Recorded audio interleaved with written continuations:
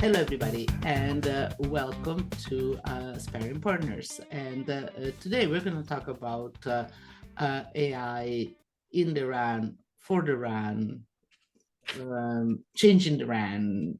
Anything AI has to, what is the impact of AI in the RAN?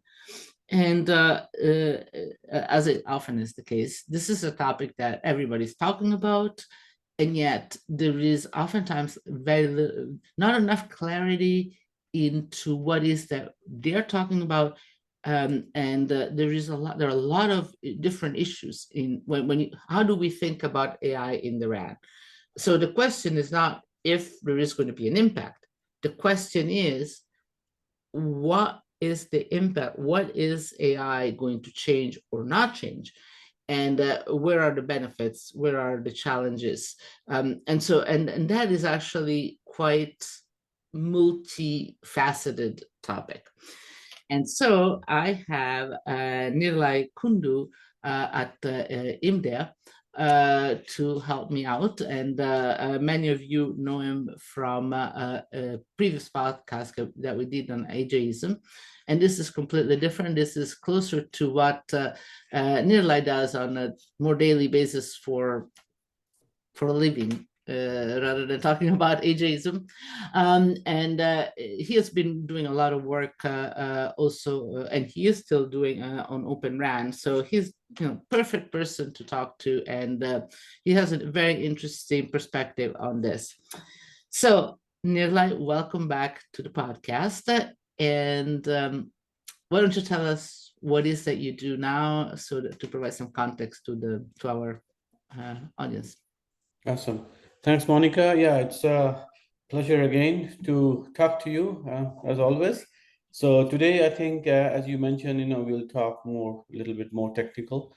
So what I do at IMDEA, I recently, as you know, I recently moved from Verizon. And at IMDEA, I carried on my standards role at Oran Alliance, and I kind of represent IMDEA networks in the Oran Alliance. And apart from the standards, I basically help research students here at the university/institute. And because it's a kind of a technology agnostic role, so like help out students in any general networking technology, 6G, 5G, any type of technology that they need help with. And with AI and blockchain, crypto, all these buzzwords are coming out now. So I'm kind of learning as we go, on these issues. Yeah. Yeah, actually, can you tell us where India is and what it? I mean, general. I guess most people don't know. It's actually quite fascinating Yeah, what it yeah, is. you're absolutely correct. Yeah, yeah. So India Networks is based out of Madrid, in a suburb of Madrid. So there are few different locations. One is in Leganes, where I am based out of. It's about a little bit south of Madrid, and attached to University Carlos III Madrid.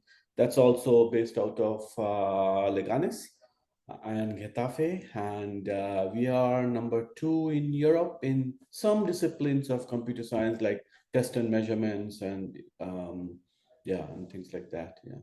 So, Yeah, maybe I should visit sometime soon. of After course. Yeah, Mobile yeah. World Congress, it's just a few hours away. Yes, yes, I of haven't been course. to Madrid for a while. It's a beautiful city. Right, and actually to actually add a little bit, so we have a five tonic lab that is currently sponsored by Ericsson and Telefonica. Forgive me if I have missed somebody else, but I think Ericsson and Telefonica are the main sponsors of this of lab. And my vision is to kind of increase participation of other carriers slash vendors, and kind of make it a more interoperability lab. So yeah. Absolutely. So if any of you in the audience are interested in sponsoring, working with Nirlay, get in touch with me or with him, and maybe we'll all come to Madrid after Mobile World Congress Yep. and start working with you guys. Okay, perfect. Okay, so okay, let's get started. Um, AI in the RAN. So as I said, I think that everybody would agree with us that AI is going to have an impact on the RAN. That's taken. Okay. The question is it going to redefine the RAN, or is it an incremental change? Um, some people, even talk about, sort of AI as a sort of a standalone thing. So you have the RAN and you have AI, or, so there is a lot of like confusion of how should we think of AI in the RAN?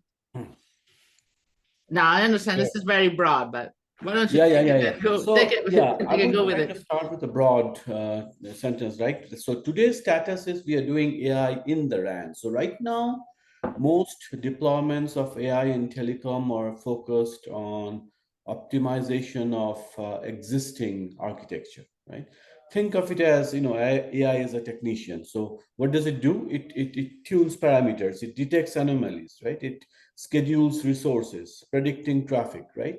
So these are often very narrowly scoped and data driven, and it's bound by existing protocols and infrastructure. So to me, this is just smart automation, right? Not strategic transformation.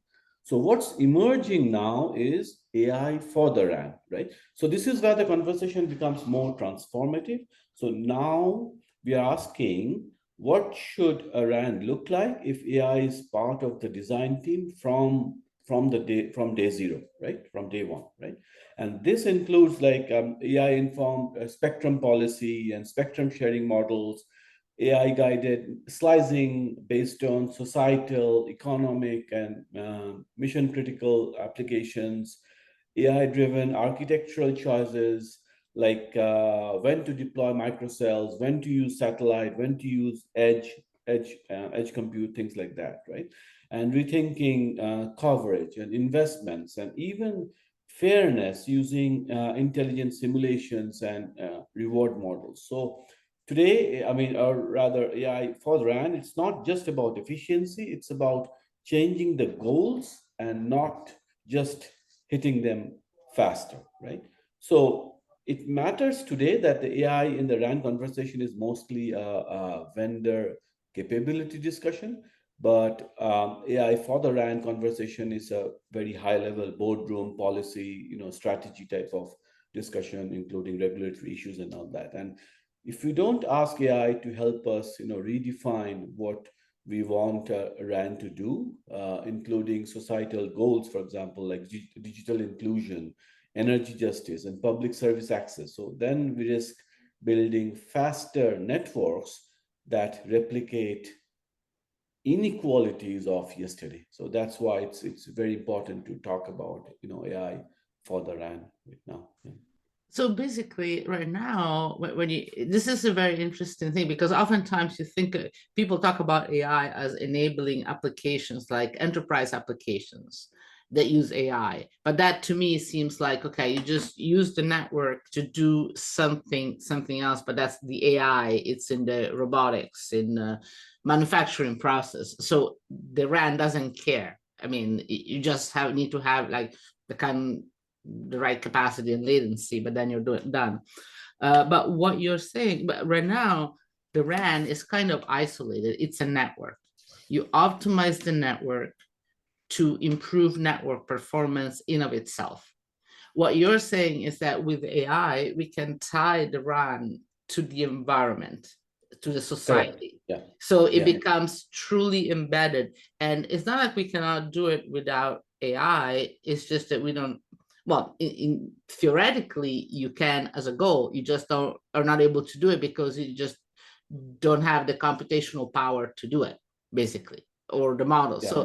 So AI gives you a tool to link the RAN to whatever is around, physical environment, social environment, political environment, economics, whatever. And that way you make it more, I guess, more relevant, more useful, more fair. Is that? Absolutely. Yeah. Absolutely. Yeah. Yeah. Yeah. Yeah. Okay. And so this is really important. Now, the other thing is that when we talk about AI, there is there's two parts. There is the artificial, which is like, okay, we understand that. Actually, that actually is not also. There is a question of what is artificial, but let's just put it for the next podcast.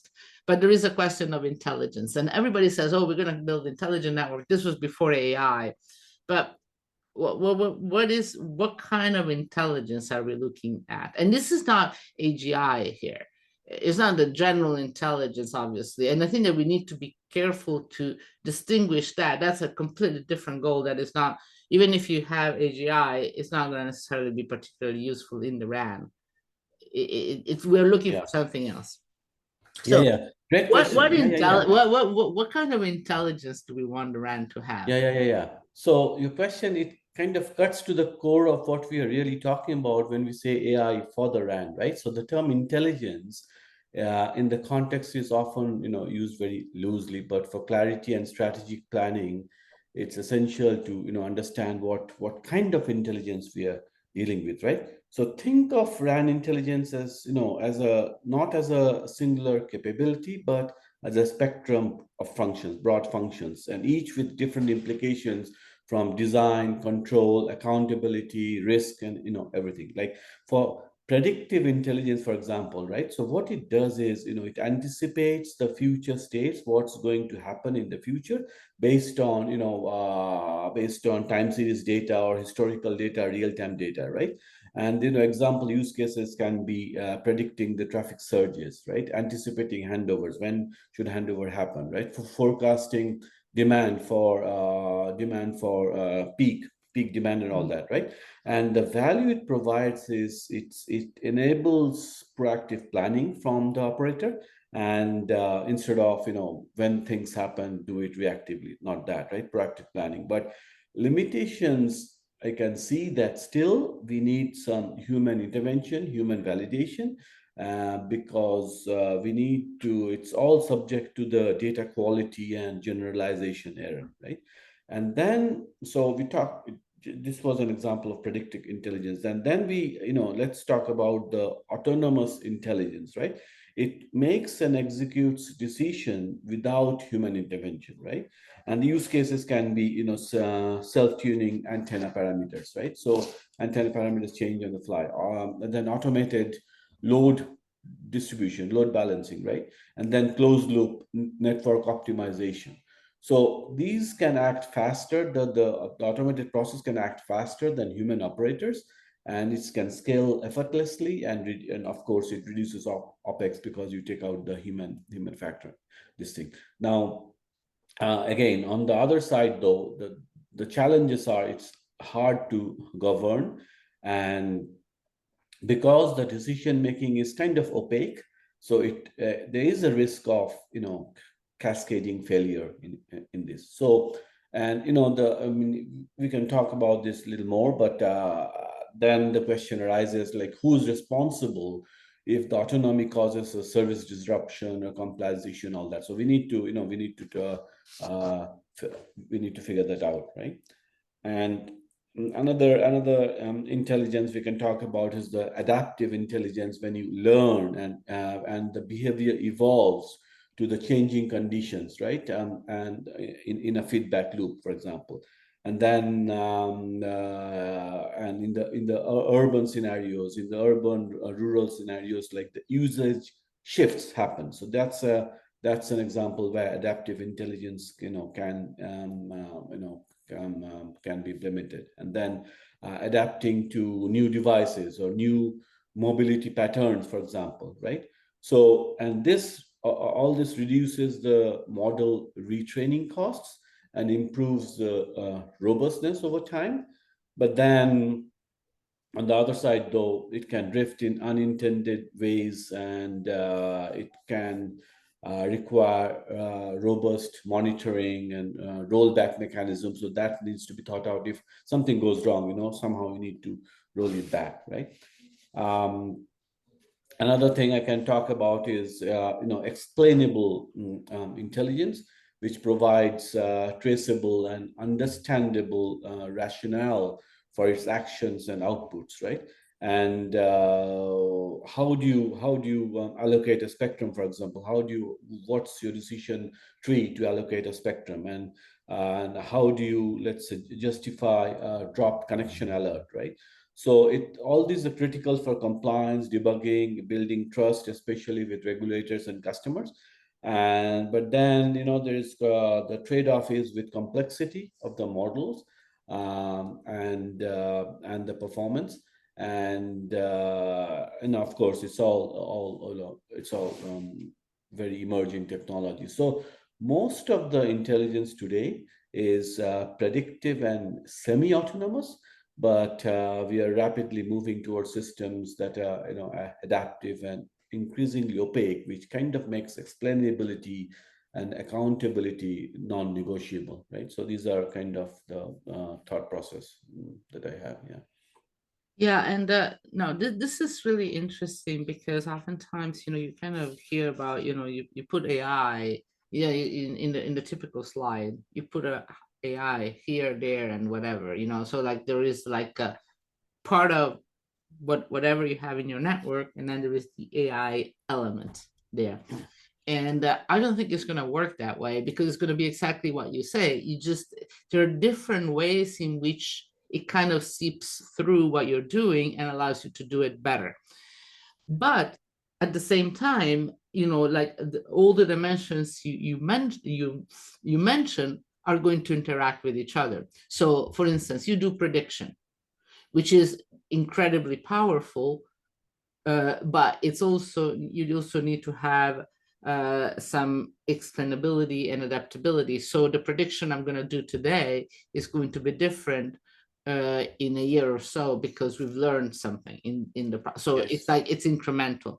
And it also has, whatever the prediction is has to be explainable, because otherwise, if I see a prediction that says, oh, you have to do something completely different, it might be right, but I need to have some comfort that's, I mean, well, why are you saying that?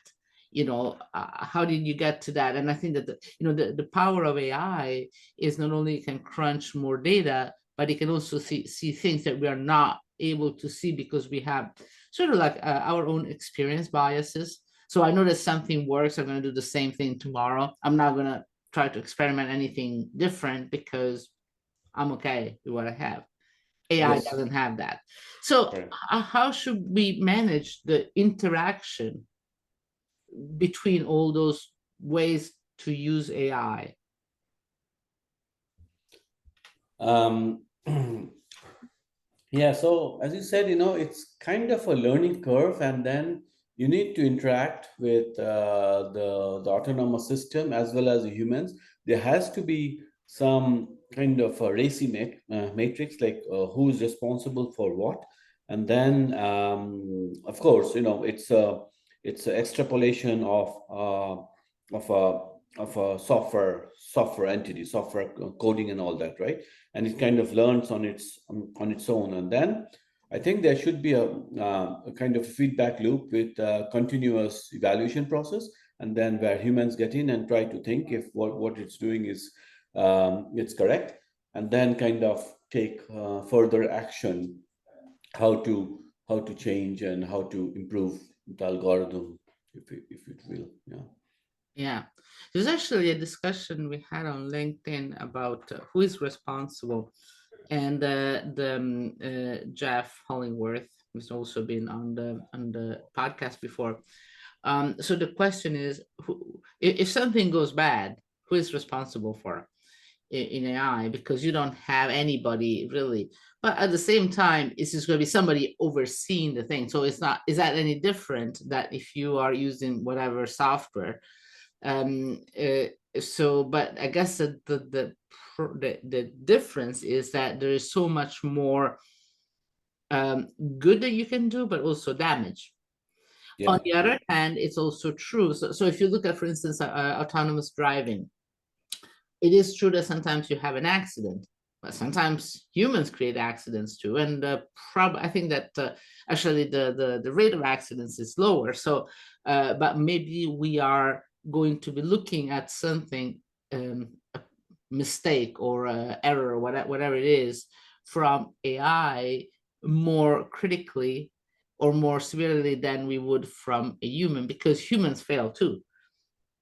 Yeah. So in Yeah. that sense, an AI model is not any different, and it might be, presumably it's better. So how should we think about responsibility? And that's a Right, right. possibility both from the operator and from the vendor, because if I sell you if as a vendor I sell you a model, Yeah, yeah, yeah. that you are the operator, if the model screws up, whose fault is it?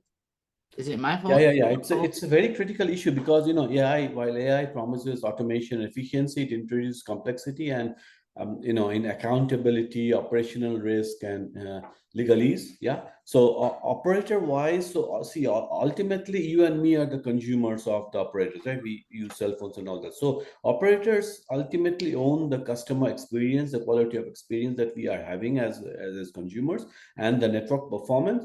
Even if they outsource the decision making process to AI and third party vendors and all that, they are ultimately responsible for legally and contractually for SLA compliance, then guarantees for QoS slash quality of experience QoE, then regulatory obligations with other with let's say lawful intercept, net neutrality, then the spectrum usage and all that. So Mhm. these are on the operator's plate, right? Now, if AI changes something, like for example, it reduces transmission power to save energy, for example, and then it causes service degradation. So the operator is on the hook, right?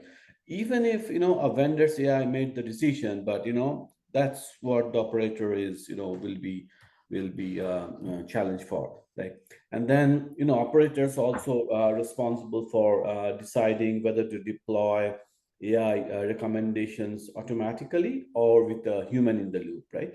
And ensuring AI outputs are interpretable and traceable with their network operating center, and then we need to the operators have to have a monitoring model drift or unusual behavior drift, and kind of understand when things are drifting apart after deployment. So even if the vendor supplies the AI and the operators decide how and where it's applied, and that's where the most of the liability of the operator lies. And then again, the governance and the regulatory and the risk management, for example. So the operators have to maintain the logs, some sort of AI risk logs. And then if AI malfunctions, the operators need to have a fallback system and switch to much, legacy-based, let's say, rule-based optimization, things like that. And then we need to have a compliance mapping between AI decisions and the telco regulations, for example. So it may be required to audit also the AI actions for forensic purposes, for example. Like for example, service outage occurred, spectrum violation happened, right? Why did it happen? Was it AI or was it human in the loop? Things like that, right? And then so if it causes any harm to the customer, right? Like unfair throttling, for example, uneven access, right? Dropped calls. So the operators are on the hook again. Like, why did it happen? And no matter what kind of systems are using. So on the vendor side, though, so the vendors provide the AI software, the hardware, the yeah. So the vendors will develop the algorithms, the models, the platforms that inform and automate the RAN control decisions, but they are not really legally liable for the operator outcomes, unless you specify it in the contract. So vendors would be responsible for the architecture, right? The model architecture, the training pipeline, and validating the models in the test environment, right? So simulation labs, synthetic data, and that's where their responsibility stops, right? They convince the operators that, hey, this is how it behaves in a scale fashion, or in a small yeah. And then the vendors will of course provide the performance metrics, like the accuracy, the convergence speed, impacts on KPIs. All these SLAs are there, but again, it's on the operators owners to see if it's good enough for let's say for the macro network, for a bigger environment, right? So, and models are generally trained on general data sets, and the vendors do not have, maybe have very partial real life data sets from the operator. So that's also a problem, for the vendors to kind of do full-fledged testing, right? So, like reality is no operator is going to share much of their data, right? And this can lead to very generalized approach, from the vendor's perspective, right? And then also when the vendors like have a failure, for example, they have to document the failure modes and limits of model performance, and then the vendors have to clarify what the data the AI model expects, and how garbage in garbage out works, kind of thing, right? And so it should provide some, at regular intervals, some error margins, and specifically for high stake decisions, for example, spectrum assignment or handovers, things like that. So also vendors are, responsible for, the overall model security, robustness, and that it should generally ensure that they're not really vulnerable to, manipulation, unintentional or not, right? And it needs to protect the model IP and the data pipelines against the attack, and also certifying compliance, like ISO, Run Alliance, all these standard certification has done and following the security standards. So that's vendors' responsibility, right? So it's kind of a shared model right now. But generally, I would say that the operators are more on the hook, and I mean they can include AI responsibility clauses in the vendor SLAs, like define the liability for errors or failures if the operator kind of has some errors or failures, what kind of penalty the vendors will have. And they can mandate transparency on the training and testing data, and they can establish like an internal AI governance team with cross-functional expertise, like operations, legal, data scientists, and things like that.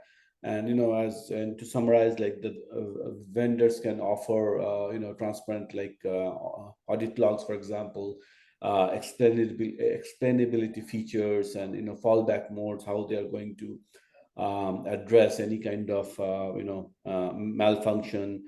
And also, like a good design would be to allow operators to have a veto power to override any kind of automated decisions, right? So that's kind of. Now, what you're talking about, that's actually, you raise many very relevant topics. But isn't that something that AI can also help? But so there is kind of AI for AI kind of dimension to it. So you put AI into doing all sorts of things, and then you need to see, is this working right? And then you can use AI to, because then again you have much more data, and this is not nothing new. You still need to, I mean, even without AI you need to make sure everything works as expected. But with AI you're going to have much more to do, so you need AI to check AI. Is that right? Yeah, yeah, yeah. I mean, what I'm afraid of today, I mean, Mm-hmm. this is just starting, right? A slight distortion of anything, of data, right? And then Mm-hmm. you produce the synthetic data, and then the AI model is getting trained on that synthetic data with a tiny bit of aberration, right? And then when you run it in a loop 100 times, 1,000 times, Mm-hmm. just goes wild. So that's what I'm afraid of. Like, how much Yes. of real data that we have, and how much is the delta per loop, right? And then it ends up in a very nasty prediction type of thing. So that's what I'm afraid of, AI, managing AI. But I'm sure we all will kind of learn how things are evolving, because it's just the beginning of the AI revolution. Yeah. Yeah, I guess isn't that sort of similar to what happens with the Gen AI, which is basically regurgitating what's already out there. But if what's out there tends to be kind of on the sort of like I don't know, on the wrong side or whatever, it's inaccurate. Let's say there is some inaccurate thing out there. It gets amplified by AI, Gen AI. This is Yes, not nothing to do with, and I guess it's something similar because if you have something in the network, you're trying to optimize something and it starts going on a tangent the wrong way, it might self-correct, but it might not be able to self-correct, which I absolutely. guess Yeah. that's what you're talking about. Yes, It yes. just gets a life of its own, and then it might not be. I guess this is again, this is the same as humans, right? So you just happen to have some individuals that just think that that's the way to do it, and they're wrong, but nevertheless they believe and keep doing it. So conceptually is nothing wrong, but the scope for damage is bigger. Yes, correct. Yeah, yeah, absolutely. Yeah. So okay, so now sort of now this also brings the question of investment and how we do this, right? So it is the responsibility of operators make sure everything works right, and but it's also they need to decide where to put AI. Is it at the edge, more in the cloud? How much to spend on it? And so this is clearly operators are under tight uh, pressure. They don't want to spend too much, and they shouldn't be spending too much even if they had truckloads of money. But the question is that at what point are they spending too much? And so there is a question of, is it cloud or is it edge?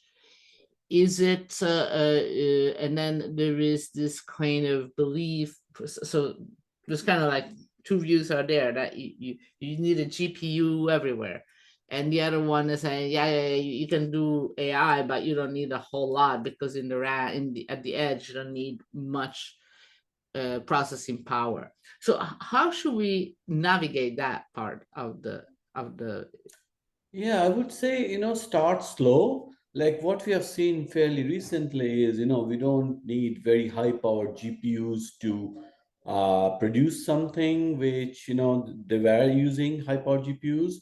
I mean, it's all optimizing the algorithm. So I think the software processing is going to improve very fast right now because everybody's thinking of optimizing their software and not yeah. really utilizing as much GPU power, as much compute, as much energy.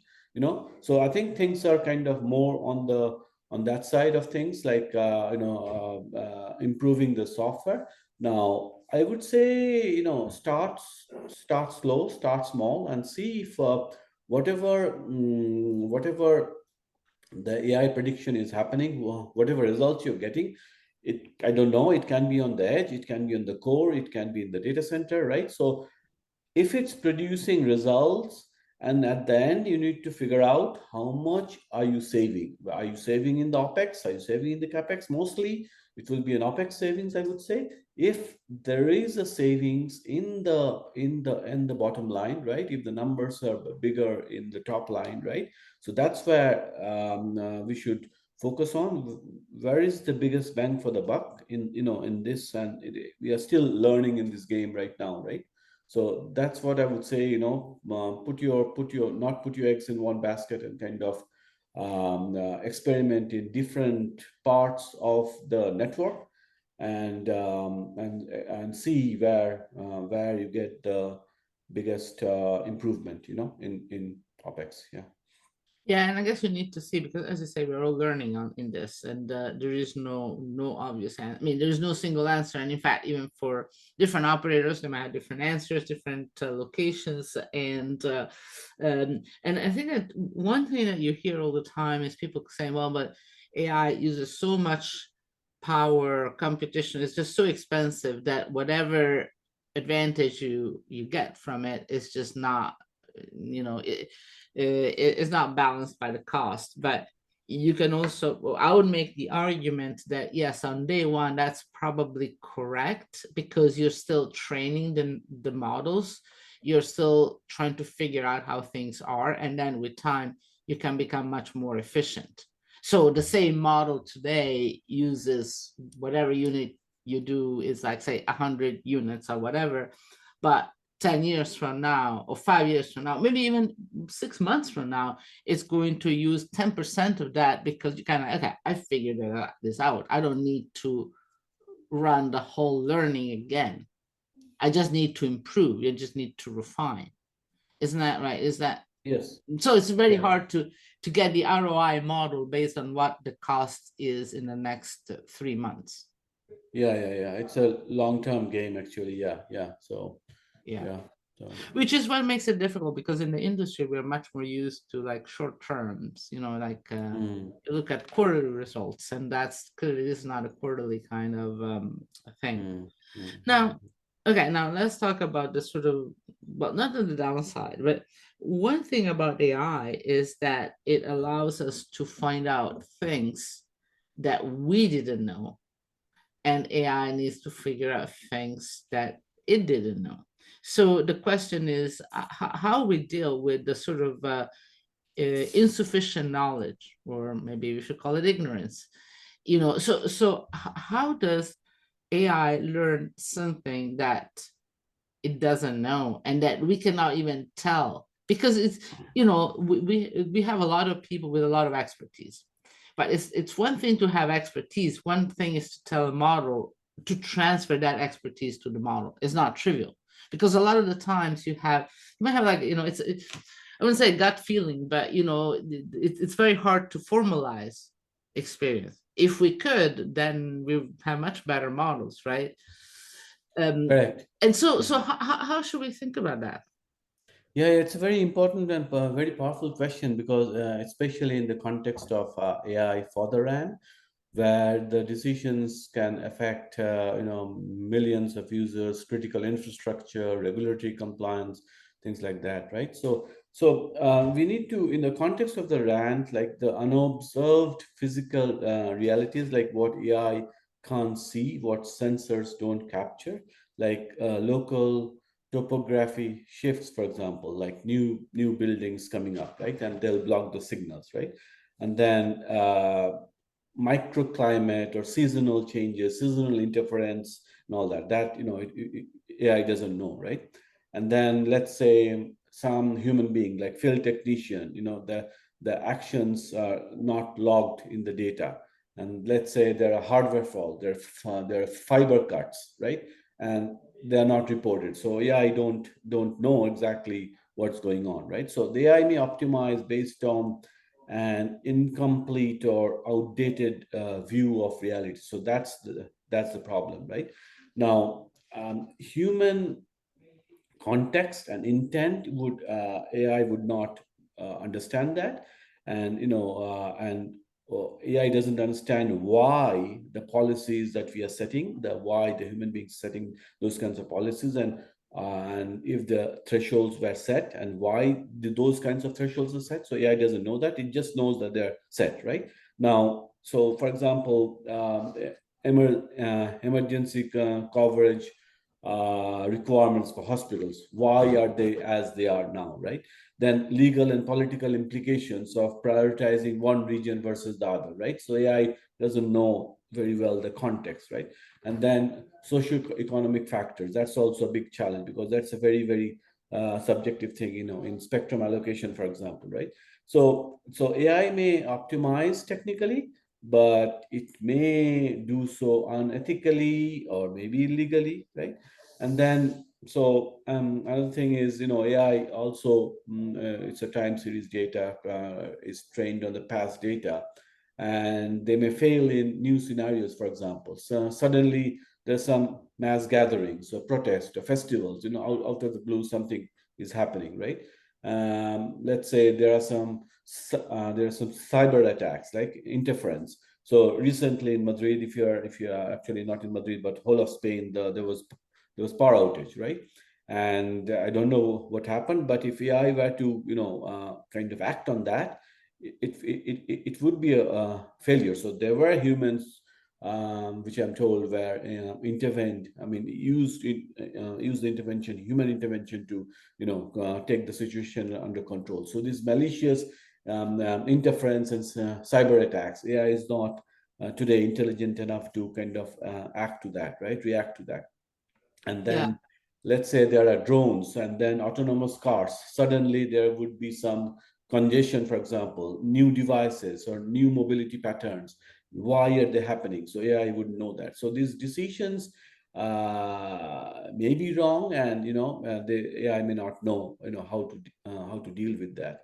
And then and also, as I was saying, AI is fed biased data. So underrepresentation of certain communities, for example, low income communities or rural communities in the training data. Maybe that was unintentional, right?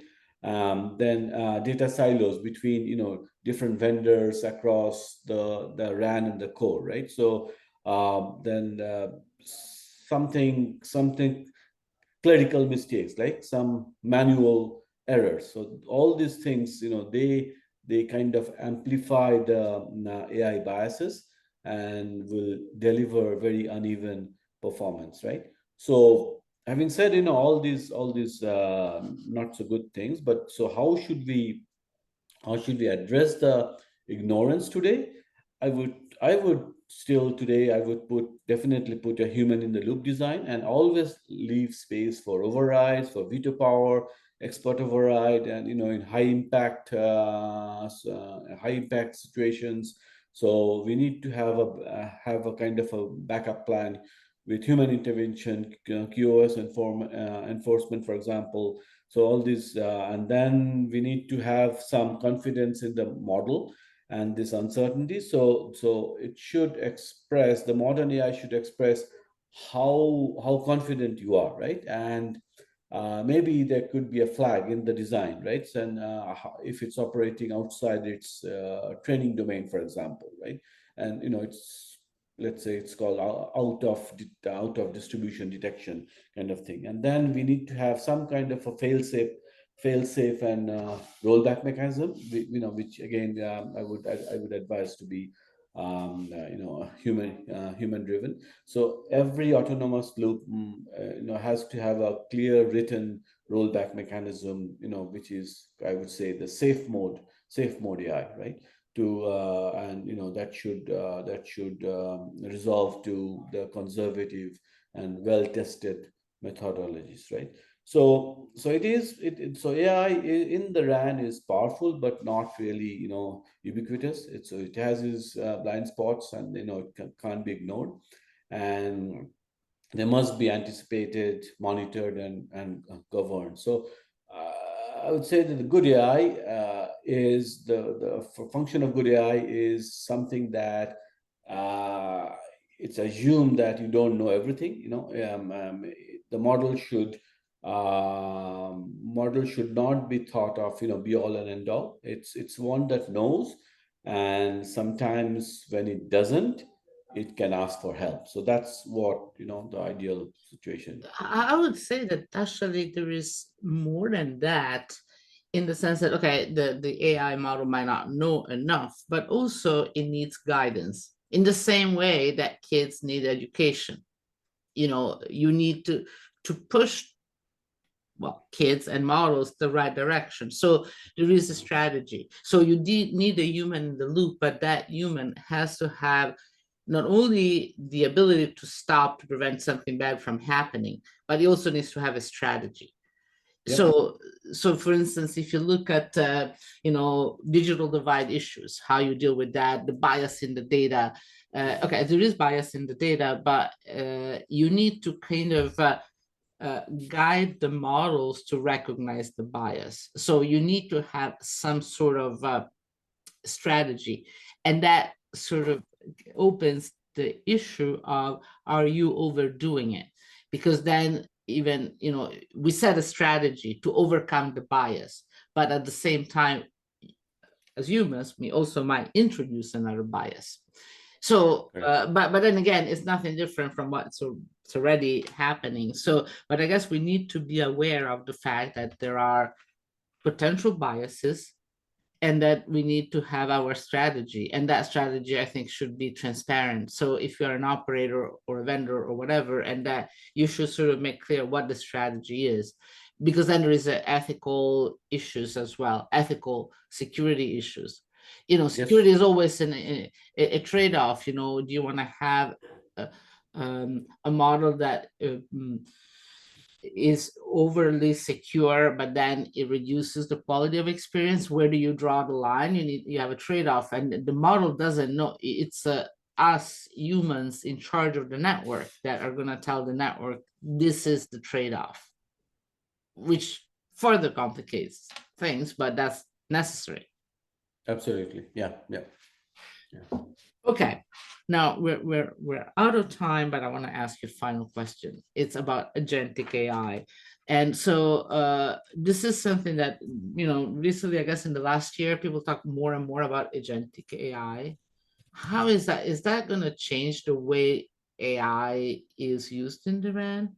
Or is it just something in addition to it? Or what do you think the role of agentic AI is? Yeah, so the it's kind of the improves the autonomy of the system. So it's designed to operate independently, making decisions, acting on their own without the constant human guidance. So it also a paradigm of adaptability, and it can learn and adapt to new information. So I would say but it has to be a collaboration with the humans, with autonomous things, like they can also collaborate with humans and providing assistance and insights into complex situations.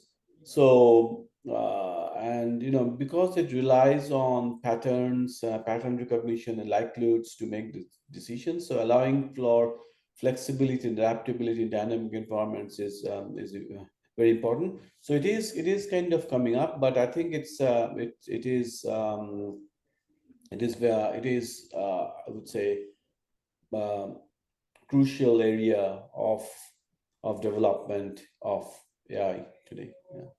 Absolutely. Okay, Nirlay, that was a little bit longer than we usually do podcast, but there was so much that we had to go through. So, excellent discussion, a lot of food for thoughts for everybody. First and foremost for me. So, thank you so much for sharing your thoughts with us today. Thank you, Monica. Always a pleasure. Absolutely, and thank you all for watching this or listening to it. It's great if you're interested, if you like what you heard and you're interested, do subscribe to the podcast on your favorite podcast platform, including Apple, Spotify, and you name it. Thank you very much.